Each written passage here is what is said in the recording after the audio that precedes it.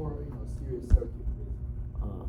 So the reason is because R is horizontal and XL is vertical. This is Z.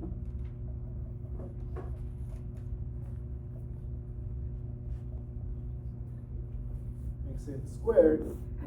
So basically this is the angle. So that's equal to cosine theta.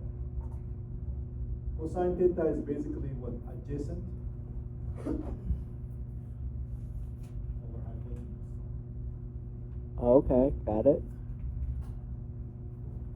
So the hypotenuse is Z, and so this is for series circuit. For parallel circuit, it's tricky. Since we have a current here, basically, the currents are added. So this is IR, and this is IXL. The angle, so this is I total. So basically, it's still cosine theta. So you can just say IR over I total. So that's the cosine of that. Now, if you do the Z, so the trick is, Z is R times XL over R squared plus XL squared, square root. So that's Z. So this is going to be less than R over XL because it's in parallel, right?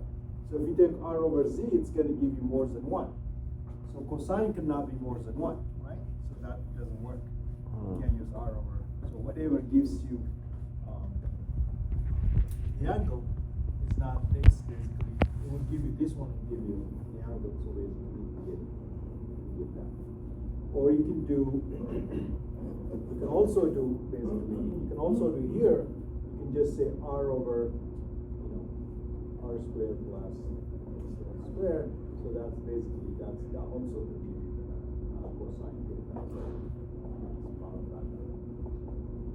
You can use that too, so that's, but you're not using Z. Z is different, but we can use it. Okay, thank you. So the power